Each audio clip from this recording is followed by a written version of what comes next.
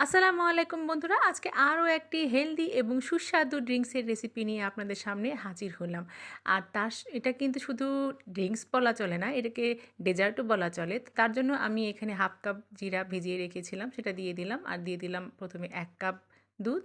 আর তারপরে কিন্তু আরও 1 কাপ ঘন মালাইযুক্ত দুধ, মানে এখানে হাফ কাপ মালাই আছে। তার মধ্যে দিয়ে দিলাম হচ্ছে 10 টাকার স্যাশে গুঁড়ো দুধ, 1 প্যাকেট দিয়ে দিলাম। আপনারা চাইলে আরও দিতে পারেন। আর দিলাম একটা কলা স্লাইস করে নেওয়া। আর এর মধ্যে দেব হচ্ছে 1 টেবিল চামচ চিনি।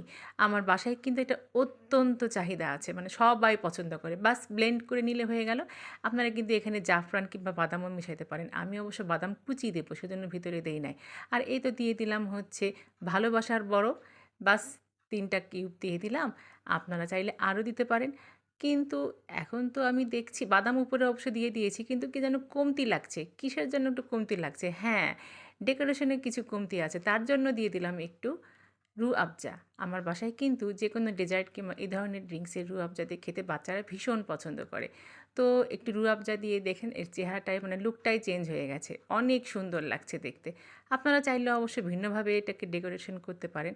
তো যাই হোক, আমি কিন্তু বানিয়ে ফেললাম। আর দেখে নিলেন চটজলদি। আজকেই ইফতারিতে বানিয়ে ফেলুন। দেখবেন আমি কিন্তু মিছে কথা বলি নাই। খেয়ে দেখবেন অত্যন্ত সুস্বাদু হয় এই চিড়ের ড্রিঙ্কসটা। তো যদি ভালো লাগে তাহলে আমাকে অবশ্যই লাইক কমেন্ট করবেন। আর যদি আরও ভালো লাগে তাহলে কিন্তু একটা শেয়ার করে রাখতে পারেন।